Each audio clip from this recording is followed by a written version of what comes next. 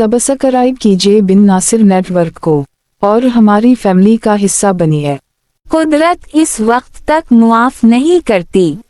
कहते हैं आज से तकरीबन 70 बरस पहले यूरोप की एक ट्रेन में एक वाकया पेश आया। एक अमीर यहूदी ताजिर ट्रेन के एक डब्बे में सवार था। उसी डब्बे में एक गरीब, मफलूक अलहाल और बज़ाहिर गंदे कपड़ों में मलबूस शख्स भी सफर कर रहा था। अमीर ताजिर को इस गरीब की मौजूदगी नागवार गुजरी।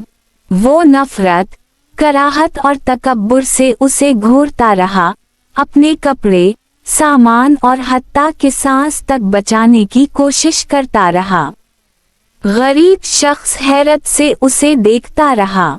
ये नजर भी अमीर को नागवार लगी। चुनाचे उसने जबान, हाथ और रोये हर हद पार कर दी। डांट, गालियां, ठडे, हत्ता के चलती ट्रेन से धक्का देने की कोशिश भी की।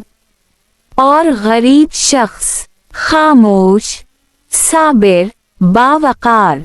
जब स्टेशन आया तो अमीर ताजिर ने देखा कि प्लेटफॉर्म पर शहर के मुअज़्ज़िज़ीन, उलमा, दानिश्वर और बड़े लोग जुमा हैं।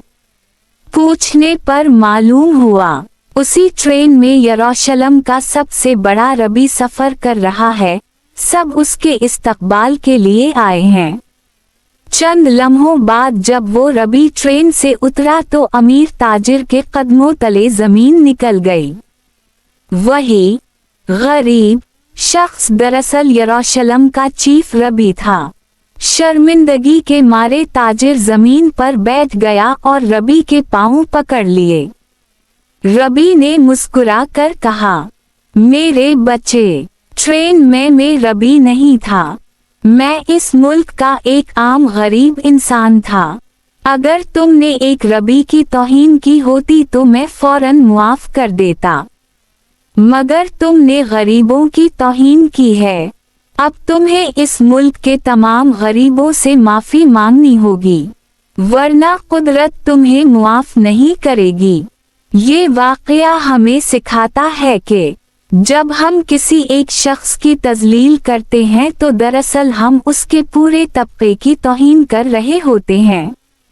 मर्ज़े नफ्स और इलाज। हजरत जुनैद बेगैन दाल अलिफ दाल ये फरमाते हैं, एक रात तहज्जुद के वक्त अजीब बेचैनी ने मुझे घेर लिया। नमाज, जिक्र, टहलना, आराम, कुछ भी दिल को सुकून ना दे सका। आखिरकार में बाहर निकला तो एक अजनबी शख्स दिखाई दिया। इसने मुझे नाम लेकर पुकारा और कहा, मैंने अल्लाह से कहा था कि तुम्हारे दिल को हरकत देकर तुम्हें मेरी तरफ भेज दे। इसने मुझसे सवाल किया, मर्ज़े नफ्स कब नफ्स की दवा बनता है? मैंने जवाब दिया, जब इंसान अपनी ख्वाहिशात की मुखालफत करता है तब यही मर्ज़ नफ्स का इलाज बन जाता है।